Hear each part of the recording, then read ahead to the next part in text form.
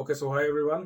तो अभी काम से फ्री हुआ था और पिछली वीडियो के कमेंट्स पढ़ रहा था जिसमें बहुत ज़्यादा क्वेश्चंस उस बारे में पूछे गए थे जो डिस्कशन करनी चाहिए, स्पेशली अगर आप कार लेने की प्लानिंग कर रहे हो कि इंश्योरेंस जो है वो मेरी इतनी कम क्यों है और कौन से फैक्टर्स होते हैं जो इंश्योरेंस के प्राइजेस पे प्रीमियम पे अफेक्ट डालते हैं। अब इसमें से बहुत सारे फैक्टर्स ऐसे हैं जो आपके कंट्रोल में नहीं है। For example male female, marital status. Insurance कम कराने के लिए शादी थोड़ी कर लोगे जल्दी। तो ये वाले फैक्टर्स को ध्यान में रखने के साथ साथ कुछ और फैक्टर्स हैं जो अगर आप अपनी होम कंट्री में ही हो और वहीं पे कुछ तैयारी कर लो, या जब यहाँ पे आप आए हो तो अपने प्रोसेस को थोड़ा ऐसा कर लो कि आपके इंश्योरेंस के रेट जितने भी हो सकते हैं उतने कम हो सकें। या जब आप यहाँ कनाडा आ गए हो, लैंड हो गए हो या गाड़ी लेने का सोच रहे हो, तो कुछ ऐसी चीजें हैं जो आपके कंट्रोल में है और जो करके आप अपने इंश्योरेंस को बहुत कम ला सकते हो। जितना मैक्सिमम कम हो सकता है उतना कर सकते हो। तो वो सब कुछ डिस्कस करते हैं। Let's begin.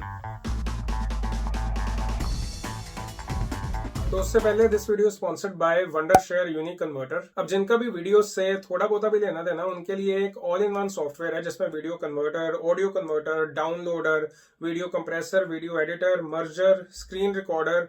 ये स्क्रीन रिकॉर्डर और वीडियो एडिटर वाली ऑप्शन मुझे पर्सनली बहुत पसंद है। स्क्रीन रिकॉर्डर में आपको सिर्फ क्लिक करना है और यहाँ पे वो सारी ऑप्शंस आपको बता देगा कि आप कौन कौन सी चीजें कर सकते हो। ट्रायल में आप 1 मिनट के लिए उसको ट्राई भी कर सकते हो। वीडियो एडिटर में आपको सिर्फ फाइल ओपन करनी है और यहाँ पे जहां पे भी आपको कट्स वगैरह लगाने हैं वहां पे आपको ड्रैग कर करके सारे वो कट आइकन पे क्लिक कर देना। और अच्छी बात यह है कि अगर इंस्टाग्राम के लिए कर रहे हो तो आप उसको स्क्वायर में या जैसे भी फेसबुक के हिसाब से आप अगर लेआउट थोड़ा पोर्ट्रेट टाइप का रखना चाहते हो तो वो भी आप यहाँ पे कर सकते हो। इसके अलावा भी वीडियो से रिलेटेड मर्ज करने के लिए या डाउनलोड करने के लिए बहुत सारे फीचर्स इस ऐप में हैं। और अभी 20 नवंबर ऑनवर्ड्स आपको ब्लैक फ्राइडे के कारण बहुत सारी डील्स मिल जाएंगी जिसमें आपको अप टू 50% तक का डिस्काउंट भी मिल सकता है। उसके लिए आपको सिर्फ डिस्क्रिप्शन में जो लिंक है उस पर क्लिक करना है और वो सारे ऑफर्स आपको दिख जाएंगे। अब अगर वीडियोस की बात चल ही रही है तो ऑब्वियसली जब भी कार कोई भी लेता है वो सबसे पहले वीडियो डालता है इंस्टाग्राम पे, फेसबुक पे या यूट्यूब पे, पर उसके लिए जो पीस ऑफ माइंड चाहिए गाड़ियों के साथ वो हमेशा आता है इंश्योरेंस से।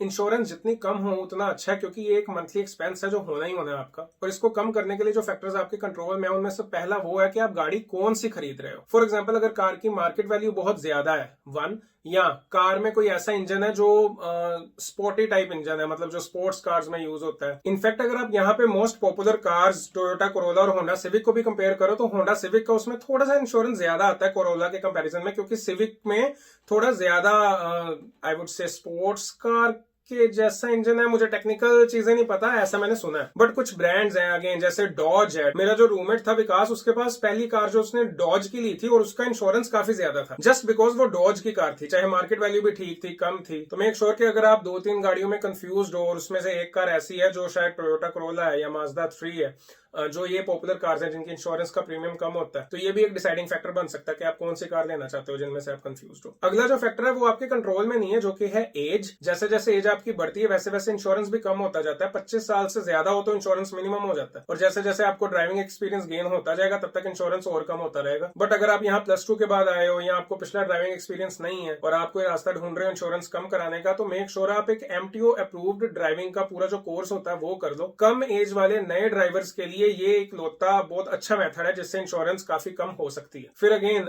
जो फीमेल्स हैं उनका इंश्योरेंस प्रीमियम कम होता है। अगर आप मैरिड हो तो आपका इंश्योरेंस प्रीमियम कम होगा। जो भी चीजें वो कंसीडर करते हैं, बट आई वुड सजेस्ट कि आपका जब भी ड्राइवर्स लाइसेंस आ गया है उसके बाद से ही बड़े आराम से ध्यान से गाड़ी चलाओ, क्योंकि यहाँ पे एक गलती आपको बहुत भारी कल को पड़ सकती है। फॉर एग्जाम्पल अगर आपके पास कोई स्पीडिंग टिकट आ गई या छोटा मोटा सा भी कहीं एक्सीडेंट हो गया, कुछ भी हो गया ना, तो वो आपके ड्राइविंग रिकॉर्ड पे आ जाएगा और उस वजह से अगले कई सालों तक आपको ज्यादा इंश्योरेंस पे करनी पड़ेगी। और अगर ड्राइविंग रिकॉर्ड क्लीन ना हो तो कल को जॉब्स में भी प्रॉब्लम आती है। फिर बात आती है लोकेशन की। अब फॉर एग्जांपल आपने सुना होगा कि ब्रैम्पटन में जी इंश्योरेंस काफी ज्यादा है। नए ड्राइवर्स को तो कम, मतलब $700 पर मंथ तक भी इंश्योरेंस जाती हुई सुनी है मैंने। वो इसलिए क्योंकि बहुत सारे फैक्टर्स पिन कोड के साथ एसोसिएट होते हैं, जिप कोड के साथ। फॉर एग्जाम्पल आप जहां रह रहे हो वहां पे अगर एक्सीडेंट ज्यादा होते हैं तो इंश्योरेंस हाई होगा। जहां रह रहे हो वहां पे कार थेफ्ट, ऐसी चीजें ज्यादा होती हैं, कोलिजन ज्यादा होते हैं, या कई बार चलो बर्फ ज्यादा पड़ती है। बर्फ का भी एक आगे पॉइंट डिस्कस करेंगे। तो क्योंकि बर्फ पड़ रही हो और आपने विंटर टायर्स नहीं डलवाए, उसमें भी इंश्योरेंस का फर्क पड़ता है। और जहां तक विंटर टायर्स की बात है तो वो कंपलसरी नहीं होते, लाइक लीगली कोई ऑब्लिगेशन नहीं है कि वो डलवाने ही है, लेकिन अगर आप डलवाने वाले हो तो मेक श्योर कि अच्छी कंपनी का डलवाओ। और अगर आपको नहीं पता तो बता दूं कि विंटर टायर्स पे एक माउंटेन और स्नो फ्लेक्स का एक साइन बना होता है, जिससे पता लगता है कि वो विंटर टायर्स हैं। कई बार आपको यूज्ड कार के साथ ही विंटर टायर्स अगर मिल रहे हैं तो ये वाला साइन आपकी हेल्प कर सकता है कि हाँ, पहचानने में कि विंटर टायर्स हैं। फिर जो कुछ और 2 फीचर्स हैं जो आप ध्यान में रख सकते हो, वो ये कि कार में जितने ज्यादा सेफ्टी फीचर्स होंगे उतनी इंश्योरेंस कम हो जाएगी। मेरा एक फ्रेंड है जो यहाँ कार लेने गया था और उसने सिर्फ एक हायर मॉडल सिर्फ इसलिए ले लिया क्योंकि उसमें एक लेन असिस्ट का फीचर था, और इस सेफ्टी फीचर के कारण उसकी इंश्योरेंस कंपनी से बात हुई थी कि इसी से उसको काफी सिग्निफिकेंट फर्क पड़ रहा था इंश्योरेंस में। तो उसने सारा ऐसे 4-5 साल के हिसाब से कैलकुलेट करके देखा, तो उसने कहा कि चलो अभी ज्यादा पैसे खर्च लेता हूँ हायर मॉडल पे, लेन असिस्ट के कारण जो पैसे बच रहे हैं वो इंश्योरेंस में कवर होकर बात उधर ही आ जाएगी। फिर एक और फैक्टर है जो आपके कंट्रोल में है, वो है ये कि अगर आपने पहले G1, मैं ओंटारियो की बात कर रहा हूँ, वेस्ट में क्लास 5 क्लास 1 वाला हिसाब किताब होता है, तो अगर आपने G1 से पहले G2 दी है फिर आपने G दी है, तो G में ऑब्वियसली G में एक्सपर्ट आप माने जाते हो ड्राइविंग में, G2 प्रोबेशनरी लाइसेंस माना जाता है और G1 जो है वो लर्नर्स लाइसेंस है। तो अगर आप G2 के बाद कार ले रहे हो तो आपका इंश्योरेंस ऑब्वियसली हाई होगा।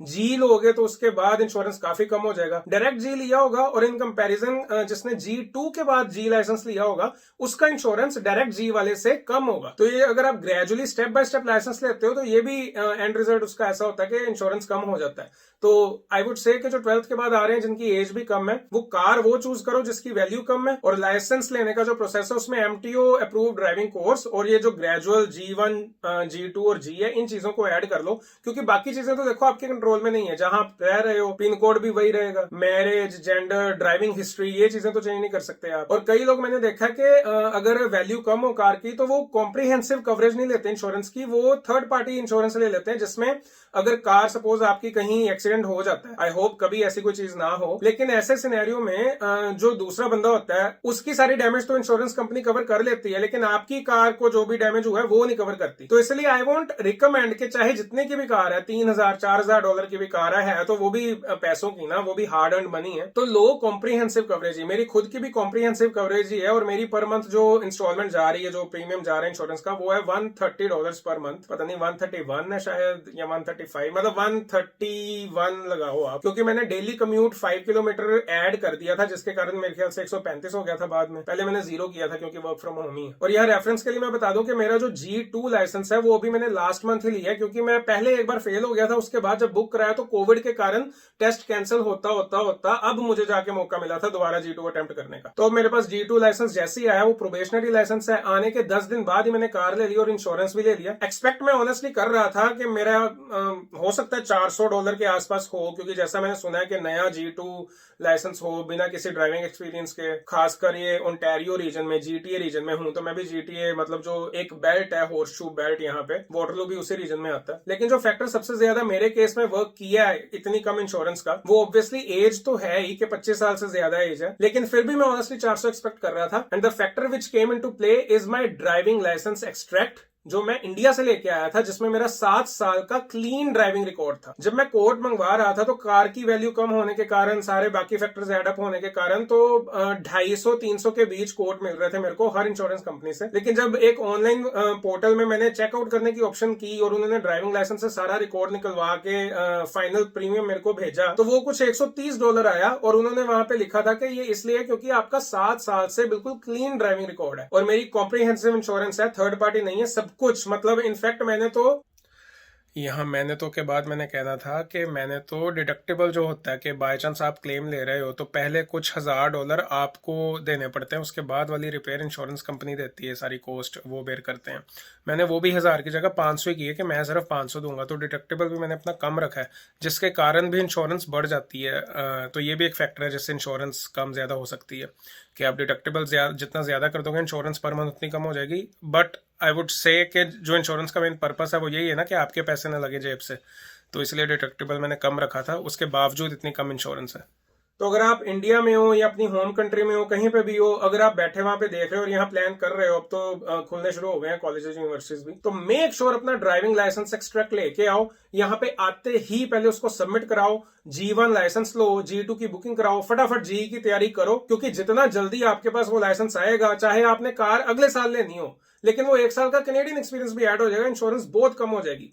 जो गलती मैंने की है वो गलती आप ना करना, आते ही पहले लाइसेंस वाले काम कराओ और DL extract, stamped DL extract with signature with everything original यहां लेके आना, ओरिजिनल सबमिट होगा। बाकी सारे फैक्टर्स एक तरफ और ये डीएल एक्सट्रैक्ट वाला एक तरफ। ये मेरे एक्सपीरियंस से, अपने एक्सपीरियंस से आपको बता रहा हूं। और क्लासेस 6-7 मैं रिकमेंड करूंगा लो, अच्छे से फेल मत होना, क्योंकि वेटिंग बहुत चल रही है अभी कोविड के कारण। इनफैक्ट 6-7 क्लासेस लेने से अच्छा M2 अप्रूव्ड कोई कोर्स ही कर लो, $400-500-600 लगेंगे, वो वर्थ इट है। मैंने भी फेल होने के बाद दोबारा क्लासेस लेने के बाद मेरी भी बात वहीं आ गई थी, इससे अच्छा मैं कोर्स ले लेता हूं और कम हो जाता है इंश्योरेंस, पता नहीं। तो अभी के लिए इतना ही, बाकी थोड़ा थोड़ा पता लगता रहेगा, वो भी आपको साथ साथ बताते रहेंगे। So that's it and I hope it helps. Thank you.